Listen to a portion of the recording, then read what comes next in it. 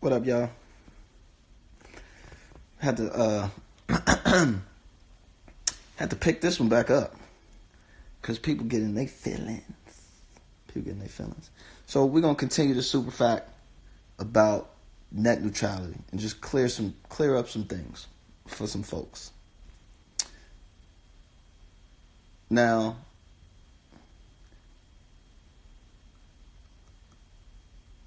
some of y'all may know all about net neutrality. Class 1, Class 2, the different determinations between these FCC rulings. The actual bill was actually wrote prior to the internet even existing, and they're really just projecting some old policy onto kind of a new technology because it falls in the realm of communication. But anyway, all that's boring. You can do the whole research. Even after you do the research, some of the stuff you might not even understand because it's so technical in terms of what's happening. And so basically you kind of got to reduce it down to like the dummies version, which I hate doing. So when I have to do that, I don't even like talking about it. But you kind of got to reduce it down to the dummies version so people to get it, so they could just know like, oh, just make one choice. And then that's the choice. So people reduce it down to like a freedom of speech issue, and then everybody's going to get riled up about freedom of speech. Even though what's more important than freedom of speech is freedom of consequence. And that's kind of like the hiding thing. Like, you could say whatever you want, and they'll give you the stage to say it, but then they're going to blackball you for life and your entire family, and you'll never be able to get a job anywhere, and blah, blah, blah, blah, and somebody might try and kill you, and da, da, da. So sometimes you just got to think about the global picture behind certain things, right? The way I approach net neutrality is first, I don't have a say-so in it anyway. I mean, you could write your congressman all you want, but, I mean, unless you're sending him a bag of money, which is what all of these ISPs are doing, then you're going to have a real serious problem. So unless you're writing your letter to your congressman on the back of a fucking check, and that's not to be funny, but it is funny, but I'm laughing at it because it hurts, because it's such a sick joke that is the state of our affairs. Now, whether you choose to believe that or not, doesn't really matter. What matters is that's what happens, and that's what lobbying is, and that's why there are more lobbyists in Washington than there are representatives of the actual employees of the government that actually work for the government. So if you have a misunderstanding about that process, then you need to do some due diligence about what lobbying actually is and what it means. Now, in terms of one of the only solutions that I heard, and this came from a tech person when it came from talking about net neutrality, was if you're really, really, really concerned, like for real, concerned about net neutrality and making sure that nobody's monopolizing the free and unfettered traffic of information and bullshit across the internet, then you need to start an ISP, right? You and a bunch of your friends need to get together.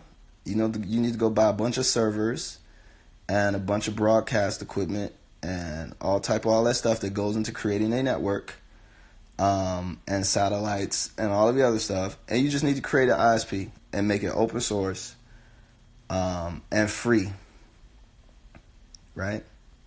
That's really it. ISP is an internet service provider, right? Like, that's what you need to do if you really, really, really, really, really, really, really worried about it.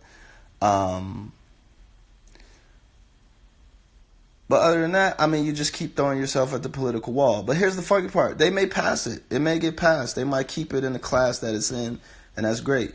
The dude who's part of the FCC was actually used to work for Verizon, and he's kind of full of shit. So it's in his best interest to make sure that, the ISPs are able to have, the power or the say-so to block competition or block things that they don't fund.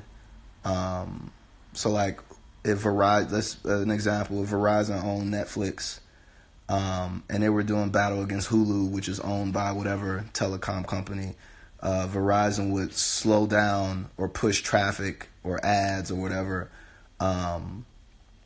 away from Hulu into Netflix.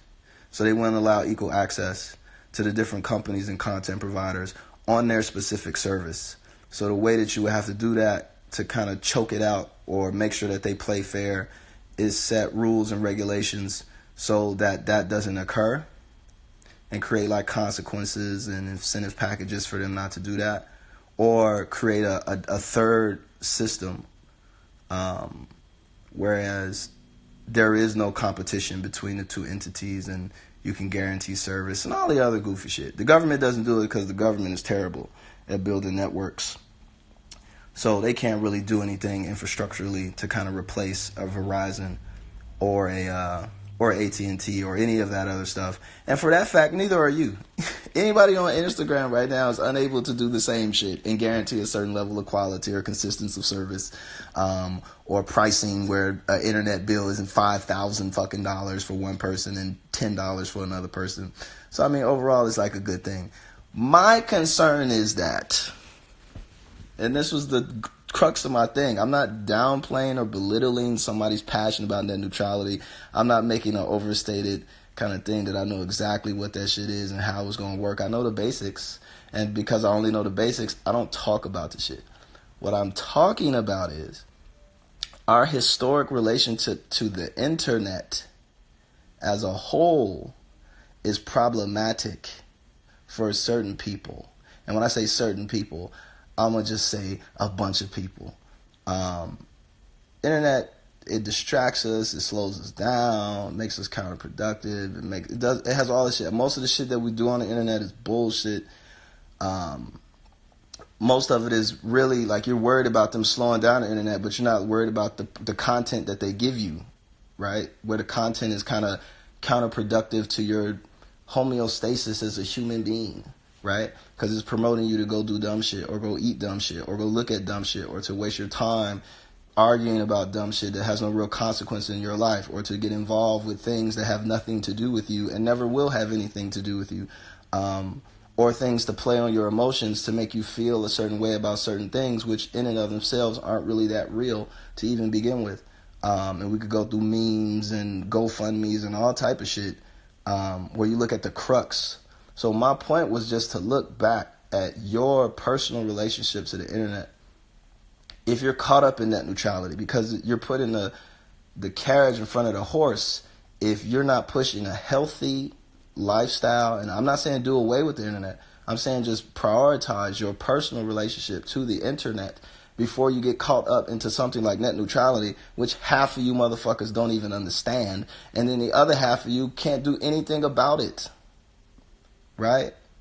And the other half, then let's throw in the third half. The third half don't even know what it is. You just see a meme and you see somebody put up some random figure that they made up, which isn't real. And then you get caught up in how do you even vote for it? And then they say, oh, well, you can't vote for it because it's something that's only going to be voted for by a few people. But maybe you have a certain level of influence with these people, with people who've never wrote a congressman in their life. I mean, so whether it goes or it doesn't go, whether they keep it or don't keep it, you still have to think about the internet's going to be here forever until they cut the lights out. And as long as it's here, there's nothing wrong with somebody saying, hey, maybe you should think about how you relate to the internet, what you use it for, how much you're using it to affect your life, what sacrifices are you making and compromises that you're making to engage and have like a career, or using the internet to entertain you, or this, that, and the third. And are you really looking at it critically and objectively as it relates to your personal life and what you could be doing? Because the world is still a big, beautiful place outside of the internet. It's a bunch of motherfuckers who just push and push and push, like the internet and apps and phones and all this shit is great. And you can only have revolution with the internet now and all this, and forget that the entire history of mankind, prior to the internet, which is longer than the time that we've had the internet, we've still been able to accomplish and do great things, right? And cause revolutions and overthrow corrupt regimes and do all type of other shit. And it's just funny that now that we got the internet, we can't do shit else except be on the internet. So that's all I was saying. You know, I know people want to get out of control and come up with all these technical issues to kind of combat what I was saying, but that's not what I was saying to get you into a conversation about net neutrality. It was to get you to think outside of the fucking internet, no matter what's happening, right? At the end of the day, the internet is controlled by the U.S. government. It was created by the military. Why do you think you have any type of access or control over something that would, even if you're on the dark web or DARPA or some shit, like they can't find you? Like, come on, man. You know how many hackers work for the government or are locked up in jail, or they pop up and knock at their house because they hired them to come in and work for them and they find out who they are? I mean, let's keep it 1,000, man. Shout out to all my homies at Anonymous, too. Always love you guys. Some of y'all are a little shady, but some of y'all are super cool. So that was it, man. That was the crux of the super fact. Was the guy, you know, I think they're voting on net neutrality tomorrow. But even if they pass or it doesn't pass, still think about your relationship to the internet, no matter whether your service is super slow or it's fucking super fast. If you just looking at some super fast bullshit, I mean, you're on X videos all day, well, you could take your ass to the library, you know, or be out building a nice piece of art or doing something in the real world.